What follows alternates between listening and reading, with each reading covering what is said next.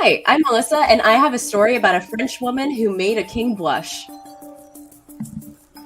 Hi, I'm Chris, and I have a story about a French woman who inspired a luxury brand of 200 years later. Hi, I'm Alan. I'm going to tell you a story about a man who's only a quarter French, but he revolutionized the movie makeup industry. Oh, what do you think all of this has to do with the word makeup? Find out in this episode of History Bluffs.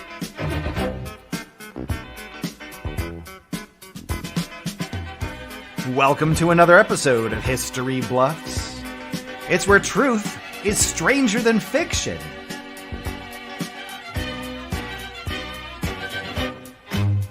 And now, welcome to the show. It's your host, it's Gina. Hello, everybody in the world. How are you? Good. Me too. They are. Oh, they all said they're great. Yeah, I know. I heard it. It was a big booming. I heard it all from the outside. Welcome to History Bluffs. We are here tonight with three armchair historians, Melissa, Chris, and Alan. Say hello. Hi. Hello. Hi. I wanted to say hello. Adam, you were so kind as to, or were you so kind? Actually, I didn't listen. Did you give us our topic for tonight?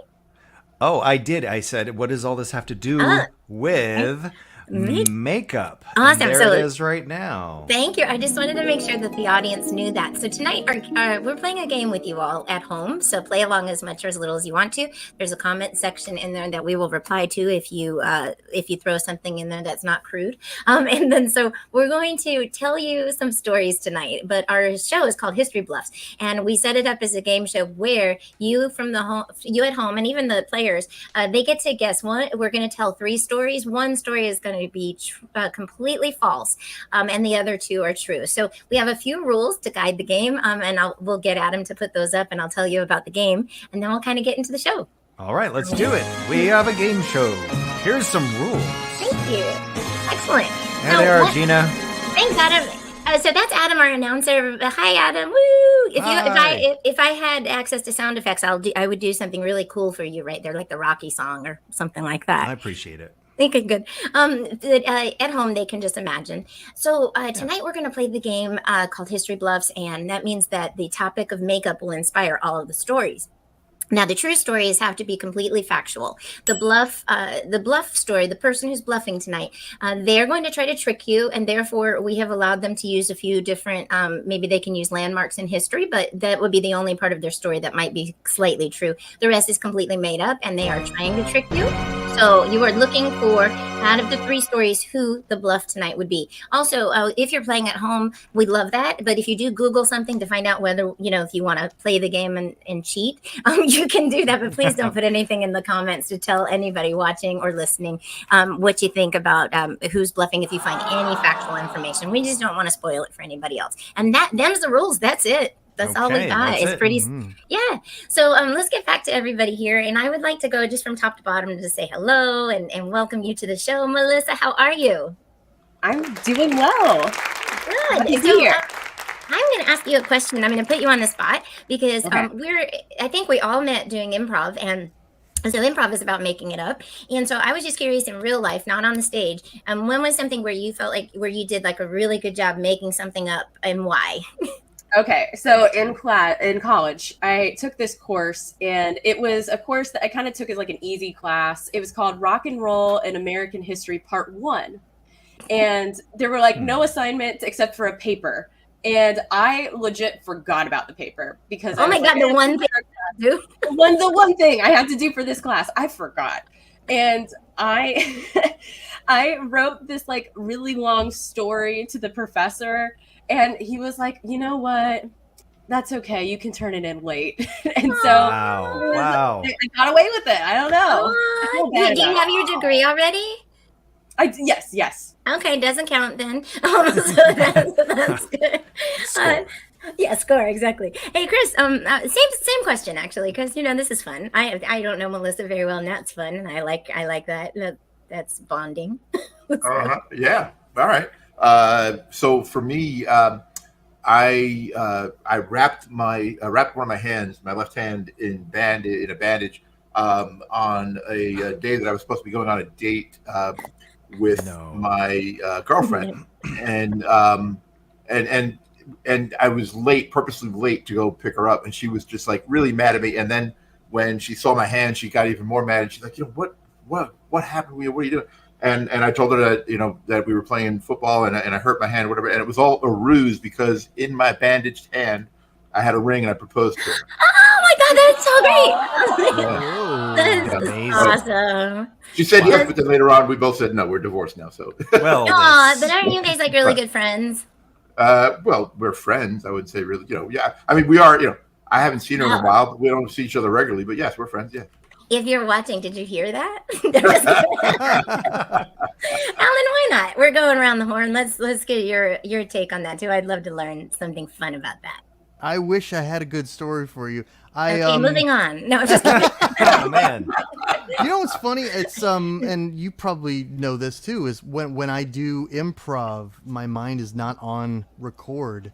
Yeah. So I am just coming up with stuff, and then my Elizabeth will ask me after the show, like, how was your show? I don't remember. I don't remember a single scene I did. Dude, me too.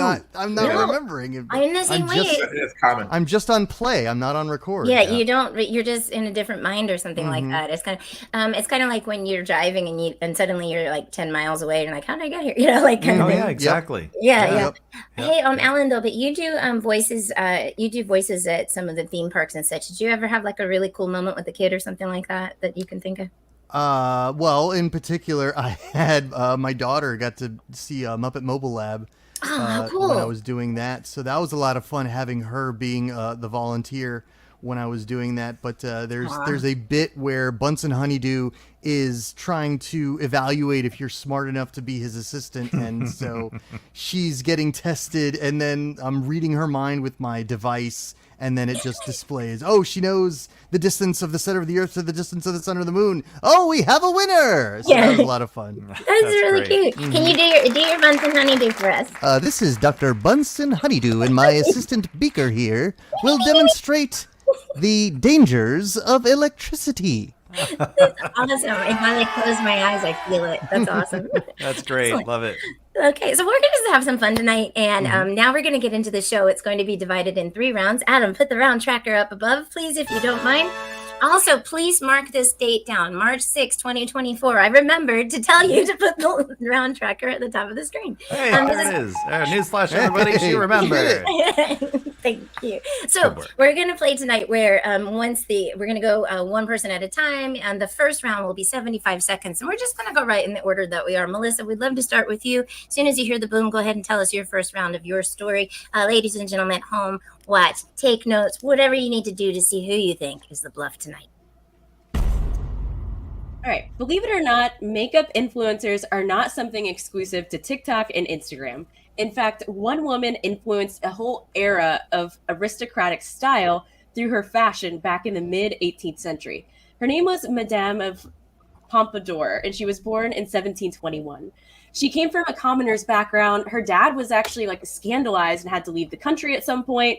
She was very sickly. And at some point in her childhood, she was taken to a fortune teller, actually. And the fortune teller said that one day she will reign over the king somehow. And she ended up getting married to another commoner, or maybe slightly above, at the age of 19. But she found herself in a lot of salons of Enlightenment thinkers. She was a talented conversationalist and intellectual. And she kept getting invited to all these parties. And she wanted to keep going with the parties. And so she actually ran her chariot kind of close by the king's parade. And she did this once, but not only once, she did it twice, which was very taboo back in the day. And King Louis XV was the king of France at this time, and he decided to invite her to a ball. Oh, so he noticed her. I wonder if he noticed her on the first or the second time. Okay, so this is the part where we're going to try to tear you to pieces. And so I'm going to go now to Alan. Please tell us what you thought about Melissa's story. Fact, fiction, question? I mean, I've often noticed here on History Bluffs, like the first round might be completely factual from all 3 of us. So even having said that, though, I'm going to attempt to poke holes here. Yes. Her name is Pompadour. Is that right, Melissa? Yes. Okay, a hairstyle. She's named after a hairstyle. Yeah, the Madame of the Pompadour. So there is that. She was in a chariot, which I just associate with Romans. So she's in France. I don't know. I don't know if she just misspoke or if she was really supposed to be in some sort of a Roman chariot getting Those too things close. like that Cinderella's in. You know what I mean? A carriage. A carriage. The carriage thing. Yes. Okay, No. so if it's a carriage, I can believe it. All right. Words matter. Words matter on this show, Melissa. Yes. Get your crap sorry. together. Oh gosh, Chris, your thoughts, please. Well, I'm glad you said what you just said, Gina. Words matter on the show because Melissa used a classic technique of throwing out a tremendous amount of information, some great detail, but also a lot of very vague language. She wrote down, she used some point twice. She said maybe once, and then she changed not one time, but two times that he went by in the chariot, which I will give Melissa, not all chariots were in Rome. There's still chariots around in other countries. But, fire. Melissa used the classic technique of, having some great detailed information with some very vague nuances throughout the story. Too. Yeah, and did you say she was a fashion model? Is that? No, she was into fashion. She kind of okay. Because when you said she was sickly and a model, like that scanned for me. But now that you said she wasn't, now I don't even know. Okay, well now that's your first round. We're gonna actually go on over to Chris so he can try to trick the audience too. So please start whenever the boom happens. All right. So my story also happens in France, but instead of Louis XV, this is in the time of Louis XVI. Right after the next king. Yes. So Louis XVI famously was married to Marie Antoinette, and she was the last queen of France before the French Revolution. And she had a lady in her court named Madame Josephine Lefleur. And Lefleur was known as Sicily because of her younger days. She was a dancer, and she went by that name. So Madame Lefleur she was in the queen's court and apparently was very popular. She had several affairs, and these two affairs in particular got her into a little bit of trouble with Marie Antoinette, but not to the point where she was kicked out of court. And later, Marie Antoinette would regret that, because what Madame Lefleur was doing was she was sneaking out information about the French royalty in her makeup kit to one of the guys that she was having an affair with, named Pierre Thierry. Ended up being a huge part of the French Revolution, and I'll tell you more in the second, and how this comes about to 20th century. This ends up in the 20th century in 2 rounds from now. That's amazing because, agreed, nobody would think to check the makeup bag. I love it. This is fantastic. Melissa, your thoughts, please. Interesting. Okay, so her name de Fleur, isn't that like French for flower? Like, don't words matter? Yeah. I mean, I'm just saying, a little flowery on the details. He is correct. His story has too many flourishes. I see. Alan, what do you think? Not Chris about is the bluffing. Jokes. No, Chris is bluffing when he talks about war tactics, and so. He saw the topic makeup, and then he's like, how do I make this about war? I know. The spy will use a makeup kit, and that's how I'll make it about war history. Oh. That's awesome. I heard him say that Marie Antoinette should have, I just thought if you're on her bad side, you're on her bad side. So, I mean, good on this woman for kind of staying in court and not getting kicked out. So, if you're telling the truth. So, but we won't know until the very end of the show. So, Alan, it's your turn for round one. Let's hear your story now. Whenever okay, ready. Yes. Leonidas Frank Cheney, better known as Lon Chaney, was born in Colorado Springs, Colorado, to Frank H. Cheney, who was a barber, and Emma Alice Kennedy. Now, his father, Frank, he was of English and French ancestry, so I'm in the theme today. And his mother, although unfortunately, was Scottish, English, and Irish. So yes, he was not all that significantly French, but he has some French in him, which may be why he would go on to be a pioneer of makeup on modern day film making. Now, both of Cheney's parents, get this, they were deaf, And as a child of deaf adults, Chaney became skilled in American Sign Language. He entered a stage career in 1902 and began traveling with popular vaudeville and theater acts. And in 1905, Chaney, who was 22, met and married 16-year-old singer Cleva Creighton. And in 1906, their only child, a son Creighton Tull Chaney, later known as Lon Chaney Jr., was born. And I'll tell you more about Lon Chaney after the next round. Fantastic. I want to know if he was sign languaging for vaudeville, what the sign is for for the rim shot. That would be amazing. I think he did it right there. He just did it. Yeah, that is it. That's it right there. Okay, Chris, what do you think, please? Oh, I'm sorry. Okay. That's the trombone slide. Yeah, that's this one. Yeah, that's the one. Okay. Well, this one, the sad trombone. Yeah, you have to emote. Okay. Yeah. Chris, please tell us a little bit about what you think of Alan's story so far.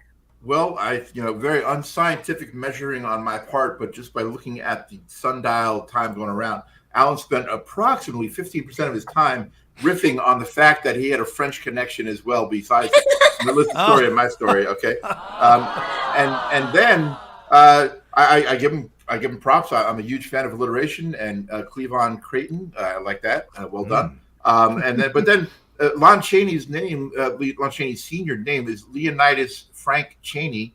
And then, so if his name is Leonidas Frank Chaney, how is Lon Chaney Jr. Lon Chaney Jr.? He changed his name. Okay. Oh, that was the simplest answer in the world.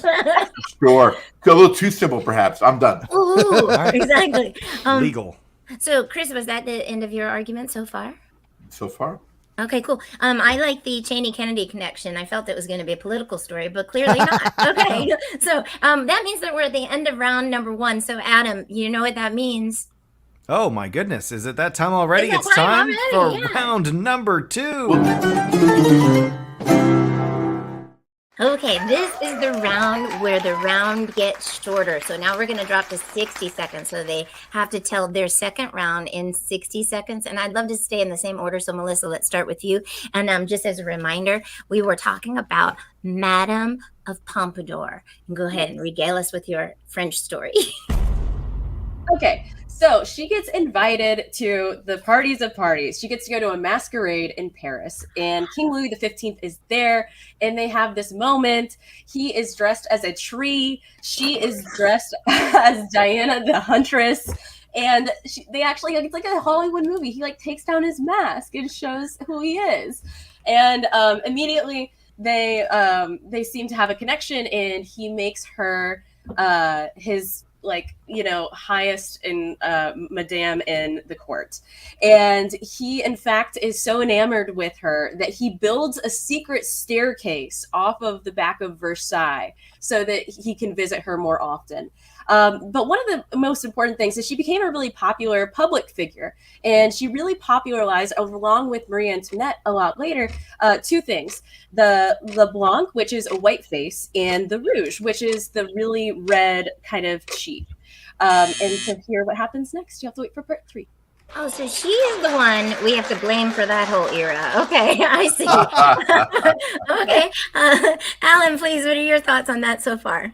I just made a note that she was dressed up as Diana Huntress, which I believe is the inspiration for Wonder Woman in DC Comics. So if she's dressed up as Wonder Woman in classic France, that would be fantastic, and I would like to see a painting of that. I do think they were meant for each other, though, because if King Louis was a tree and she didn't know that and she came as a huntress, that's kismet.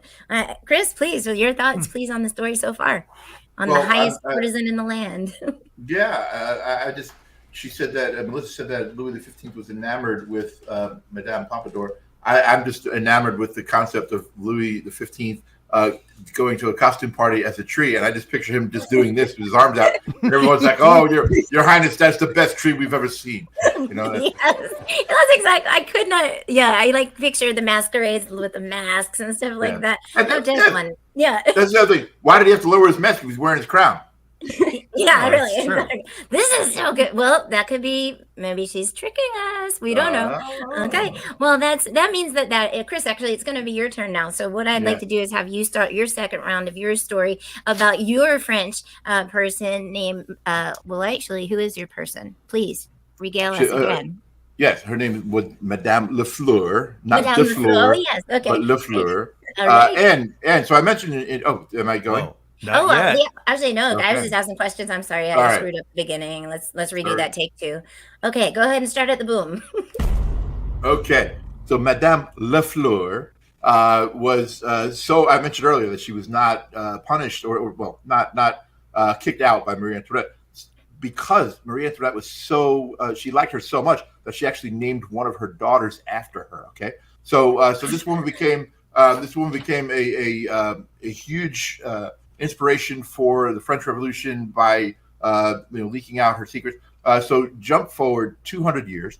And in the late 1970s, one of the most successful luxury brands in France of makeup and cosmetics was Sicily Paris. And it was by the founder Hubert Giordano and his wife Isabel. And they named it after Sicily, who, again, was Madame Lefleur's name when she was a dancer, because she was such an inspiration. And I'll tell you what happened to Sicily Paris, the luxury brand, in round number 3.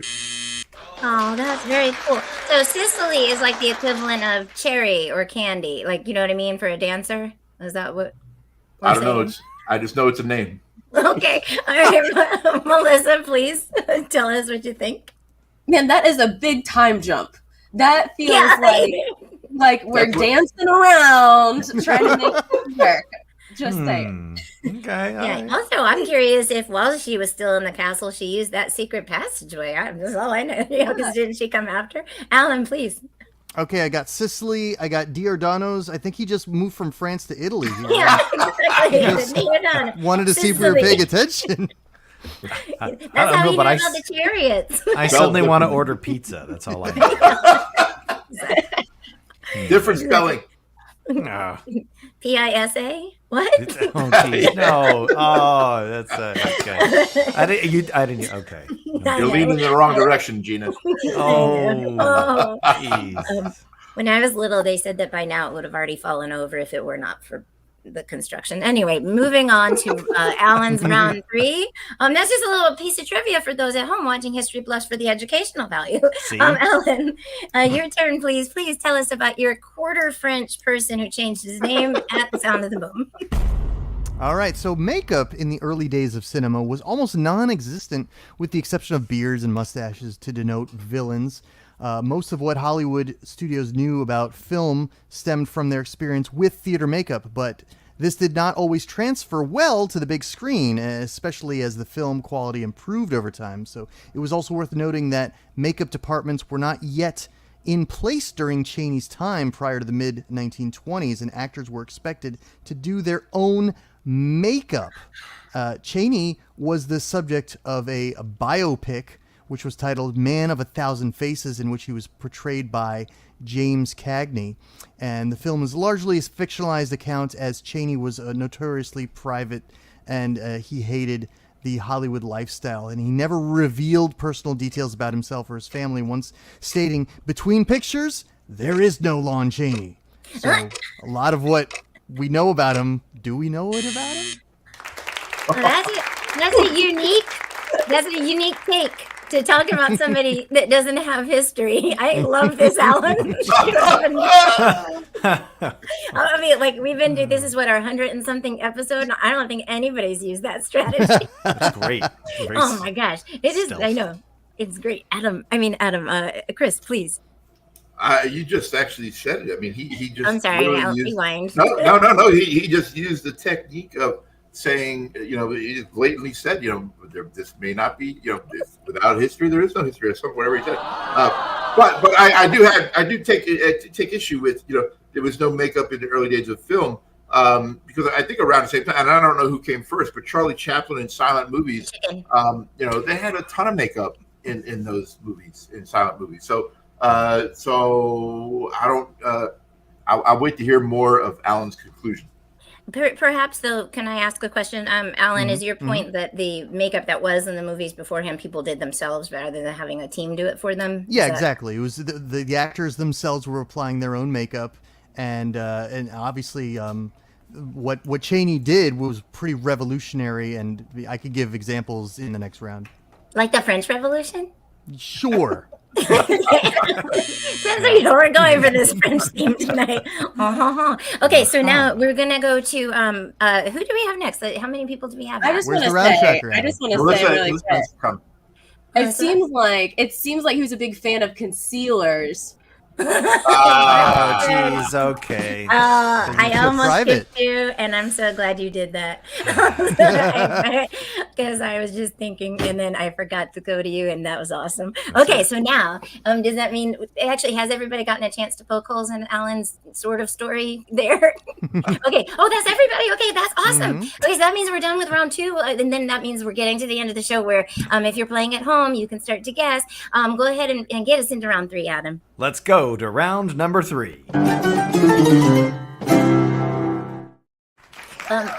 you guys, we're back. Thanks. Did you guys hear my soda pop? I tried to do it in the break, but I think didn't hear it. You just gave yourself away. Damn it. Okay. Well, I have no secrets like that long guy does. Okay, so now we're going to start with Melissa. Melissa, this is your last round. Everybody at home, this is her last case to make her story. Go ahead and start at the boom.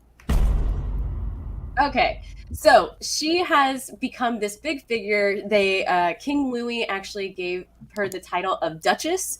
She ended up having her own kind of like land and all of this stuff, a big like estate essentially. And she became the most powerful woman in France outside of the Queen. But she retired from being a madame of the court, but they liked her so much and found her to be such a good advisor that she stayed a confidant throughout her life and was allowed to stay at court, was kind of a close friend, and was a lady in waiting for the Queen. She patroned a lot of the arts in this time, and she also led to some of the resentment that happened later because she also liked the fine things like chocolate, champagne, and truffle soup. And truffle soup. Chocolate in hers? Never mind. Okay, so Chris, let's go to you first. Your thoughts, because you were looking up first. That's why. Yeah, it's a very interesting story, and so she retired from the court, but she stuck around at the court because apparently she had nowhere to go, even though she was the most powerful woman in France outside of the Queen. I'm intrigued by both of these stories of my compatriots here. I'm going to wait to reserve comment after Alan's story on whether or not which one I believe. Yeah, because we have to see how cagey he gets with it and what we believe and don't believe. Alan, please, your story. Not your story, your comment about Melissa. My opinion is, I was wondering if someone so famous would actually be responsible for the origin of the term pompadour, and she wasn't. So it leads me to question, did Melissa just say, I'm going to name this person after a hairstyle? And that's my bluff. So there we go. Yeah, I don't know. I think that here's my question. She must have been a hell of a talker. Because, like, if you're making, if you're screwing the king and the king's wife is okay with you, I think that's cool. You must be really fun to hang out with. So, okay. So, I think that's the end of Melissa's round 1. Everybody's gotten a chance to talk, right? For that? Mm-hmm. Okay, cool. So that means we're going to go to Chris. Your last round of your story. Go ahead and start at the boom. Okay. So, we did a 200-year time jump. Yes, I did. Yes, to the late 1970s. And Hubert Giordano, French, not Italian, had he created with his wife Isabel this hugely successful luxury cosmetics brand called Sicily Paris. So, but they named it after Sicily because she was so influential back then. But she was also so influential, apparently, on Isabel's life because, like Madame Lefleur, Isabel had an affair on her husband. She had an affair with none other than Yves Saint Laurent, another makeup, cosmetic king in France. And she ended up getting $44 million in the divorce settlement. Really nasty settlement, really nasty divorce. And that was a huge amount of money in 1979. Wait, so now is she the Yves Saint Laurent family people? Does she now run that? No. They didn't stay together. She just had an affair with him. Oh, I guess she couldn't still run it because she's she'd be 200 years old. Okay, I get it now. Okay, so Yes, different women. all right, thank you very much. All right, Melissa, please, thoughts on that? Yeah. So I mean, it sounds kind of plausible. The money's astounding, but I think what tipped me off the last detail, I'm like, oh, I've heard of that. I was like, that makes sense a little bit, but I'm also like wondering, was that a detail peppered in at the end? Is that a tactic to kind of like make it more believable? So I'll reserve that. 100% it's a tactic. Now, if he is like, we don't know if his story is true or not, but yes, that's a good tactic. All specificity always helps. All right. It does. So, Alan, please, your thought. Alan, did you fall asleep on us? No, I'm still making my notes. His eyes were like totally closed. It's like the guy in Labyrinth with the hat with the bird. But I saw him. Anyway. Yeah. Notes up here, though, but my eyeline will be better. So, what do you call it? So it sounds like, so if there is really a Sicily paree, then all Chris had to do was just backwards. He looks at the makeup container. He goes, how do I make this about espionage in war? And then he just did his story. So that is so Chris Berry right there. The only thing he didn't talk about was how this person influenced what they wore on the uniforms. Other than that, it would be absolute quintessential Chris. Yeah. Melissa, please. Oh, you already said, right? Never mind. No, you didn't. Go ahead. Yes. I can say more. She did. Yeah, say more.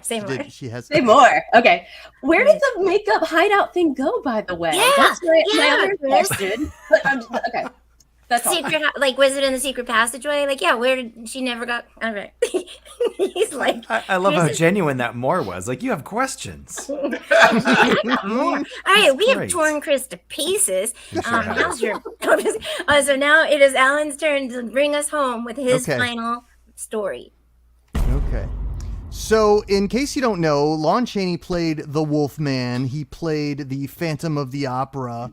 And so those makeups that he wore as those characters were not what an average actor could have done who just worked in theater and Broadway. Like Lon Chaney had legit skills that influenced movies and makeup for today. Like now you need a makeup team, experts in prosthetics and stuff to apply to your face, etc. Back in the day, Chaney's skills gave him a competitive advantage over other actors. He was a complete package, as he was known as. And Chaney's son Creighton later changed his name to Lon Chaney. He became a film actor after his father's death. So Lon Chaney, the guy that was like the real werewolf who I met, I actually didn't watch the movie. I met it through Abbott and Costello Meet Frankenstein. But like, that's the same guy, right? Like, he's amazing. It looked really good. I didn't see Abbott and Costello with the werewolf, but if that was Lon Chaney, then yes. Yeah, it was the same guy that was also Bela Lugosi. And then, so like I don't think they got the real Frankenstein guy, but they got the real Wolfman. Boris Karloff. Yeah. Okay. Yeah. Or maybe. Anyway, you just look it up for those of you who, because I'm forgetting right now. But anyway, Chris, your thoughts, please. Well, I'll tell you this. Tell us. Alan lost me at the end when he said Lon at the end. Yep, Lon Chaney doing his own makeup when he said that he's known as being the Wolfman and the Phantom. And I'm sorry, those are costumes. That's not makeup. Makeup is what Melissa talked about, the rouge and the white stuff on your face and all that stuff. Therefore, Alan is bluffing. Sorry. Like, we didn't even get to that round. Damn. Oh my goodness. All right, Melissa, please tell us what you think about Alan, and don't hold back like Chris didn't. Yeah. So I mean, I kind of feel like this is uncharted territory with you saying, well, we don't really know much about this guy, but we're also the whole package. So I will say I wonder if kind of like the actors before Lon Chaney came, you were doing all this yourself, all this making up. Yeah. I make it up is what she's saying. Yeah. He's making. I get it. That deserved a sad trombone. I'm sorry. Oh, okay. But for real, like as many actors as I know, and as diva-esque as they can be, I can't imagine them doing their own makeup and being like, sure, let's do. No, I'm just kidding. Back in the day, it was very, very different. So that leaves us with the end of the round. I mean, we already know Chris is, he's already made his call. And so what that means is that I'm going to go to you last, Alan, because, if you want to get him back or something like that. But I'll let Melissa guess. Who do you think in this round or in this whole show, the bluff was, or do you have questions, thoughts, comments? Love to hear it. All right, let's do it. So I feel like Oh, nice. Okay. So I feel like there are a lot of things that I have questions about. I had questions about what happened to the makeup bag. I always know where my makeup bag is. I don't especially if it was a spy thing, that's a problem. But at the same time, Alan's story, it seems like there might be some things that are not truthful either. So I am going to go with Chris on this one, though, because of the makeup bag. So we have one vote for Alan, one vote for Chris. I'd also like to say that Alan at least admitted that he was not. I mean, I don't think that when you don't have information, it's really not truthful, though. I don't know. So Alan, please, you tell us your thoughts, because you have one vote against you. That's right. One vote against Chris. So yes, I will retaliate. I think Chris is going the old, how do I make this about war? And that's what he did. I would like to comment if I can. Yes, please. I was going to go to you because I saw you itching over there. Yeah, first of all, what happened to the makeup thing? I don't know. First of all, I don't know if it was a makeup bag. It was her makeup holder or whatever container she had in it. And who, what happened to the gun that John Wilkes Booth used in the Ford Theater? Who knows? Did we track that? I don't know. Nobody knows. But and how did I make it about war? It was about makeup and a revolution. I don't know. All right. That's a war, Chris. Yeah, that's a war, Chris. You should know. You know war history. I know that, but it wasn't the point of the story. The point of the story was the affairs of the two ladies. Wasn't it though? You happened to put war in.